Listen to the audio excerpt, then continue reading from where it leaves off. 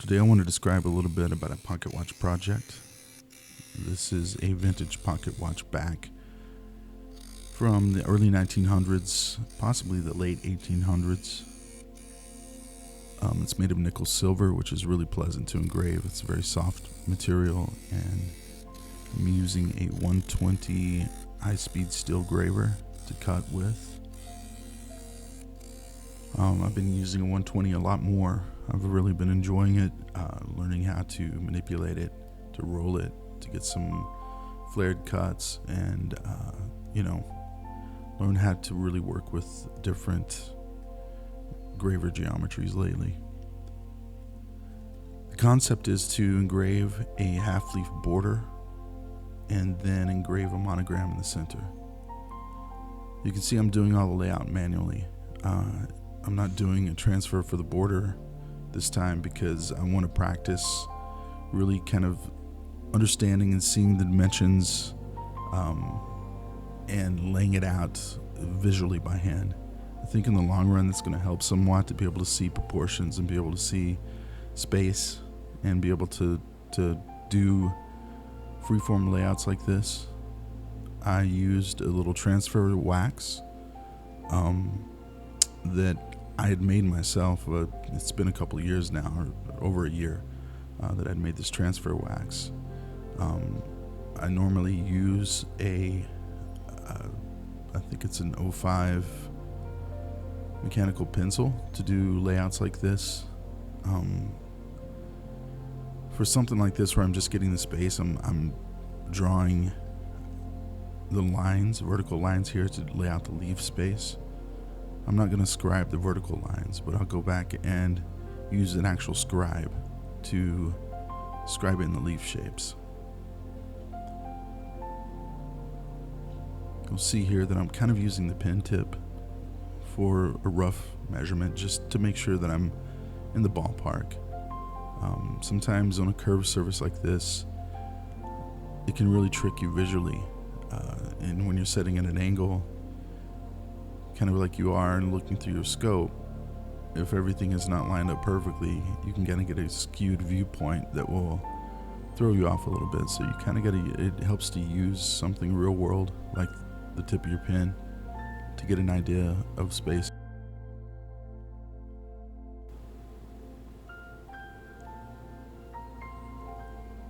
So now I'm coming in and I'm adding in my leaf shape. On a border like this, you want to make sure that your leaves are spaced correctly, and there's a very simple method. You're drawing corner to corner, adding a little bit of a bulge for the leaf shape, and of course you have to remember that the pencil marks are just a guideline. It's something to follow visually and to get a visual layout of the actual shape of the leaf as you're laying your design out. So some of the lines will be a little bit flatter probably, but when you cut, you can try to be more consistent. I'll go back in a little while and I will use a scribe to scribe the line in. That way it will allow me to have a permanent mark in case that my hand, which inevitably is going to happen, swipes across the case back and removes the graphite marks. But I want to use graphite first just to give myself a visual representation of where my scribe mark is going to be to make everything accurate. Since I'm not using a transfer, I'm kind of taking a slower approach just to make sure everything is okay, make sure everything's working out the way I want it to. I'm scribing lightly the lines. We're zoomed in so it looks like the scribe marks may be a little bit deeper than they actually are, but they're very shallow. I've rounded the tip of my graver off, the tip of my carbide scribe off, so that it's actually kind of just burnishing the surface and not actually pushing metal. This way it gives you just a visual line to go by to cut.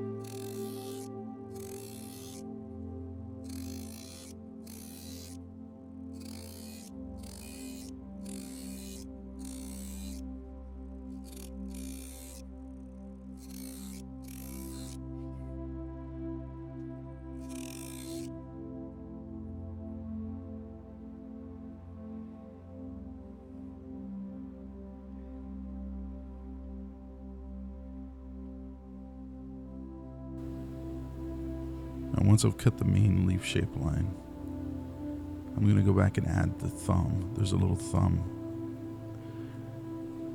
The layout is about 1/3 of the distance of the total top of the leaf, and it just adds a little bit of a extra decoration.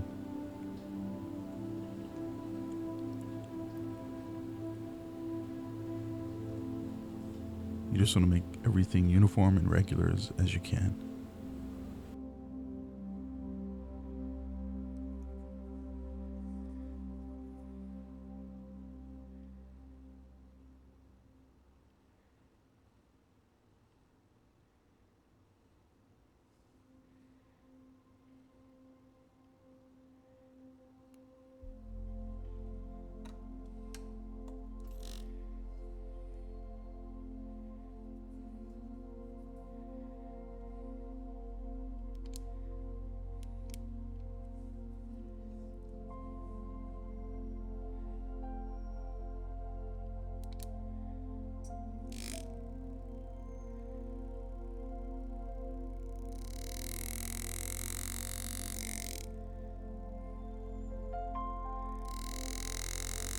And the cutting of the thumb is super simple. You just want to make sure to follow as closely as possible the main cut to give it uniformity.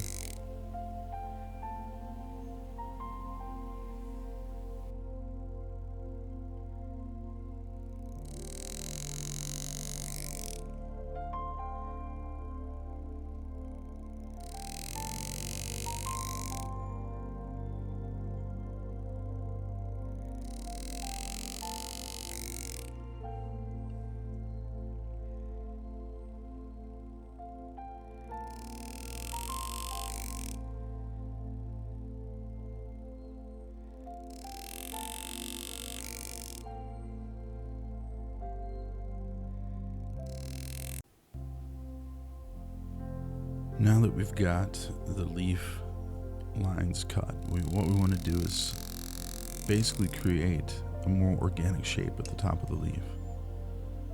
You can see where everything is square.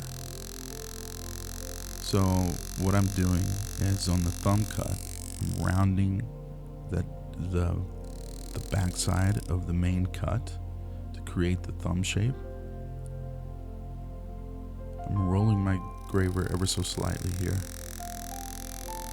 just to create a little bit of a bright cut that will reflect light and give it a little bit of flash and flare.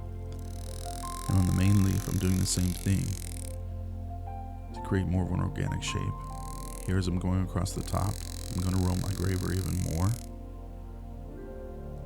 just to create more of a, like I said, organic leaf shape.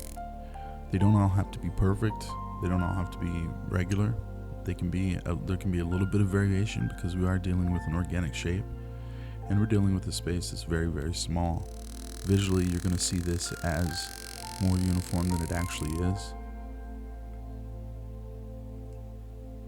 From a distance, most people are going to see this as a pattern, and it is a pattern. It is a regular pattern, but there's going to be variation, and that just makes it all the more interesting as you're looking at it. But the bright cut at the top is pretty important because that's going to add a little bit of like I said, flash and flare to the cut, to the design.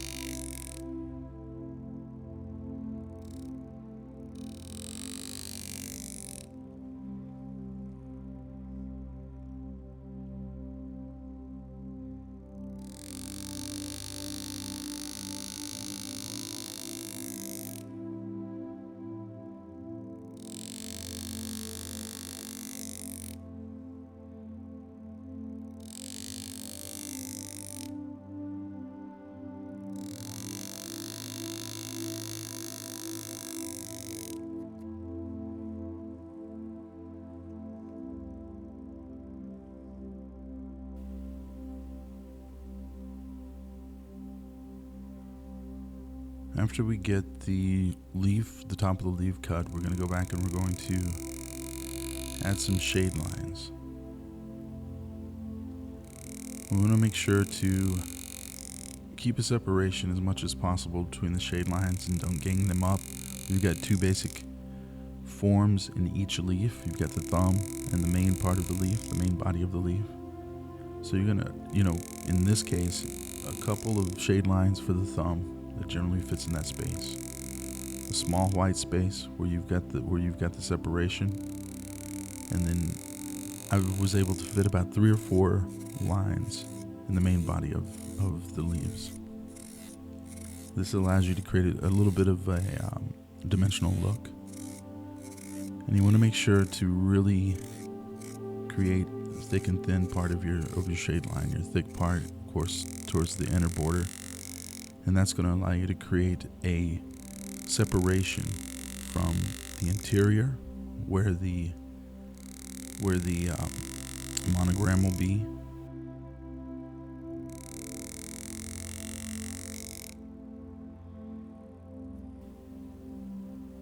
Look for a link to the next video, and I'll be posting the work on the interior part where the monogram is going to be. Thanks for watching.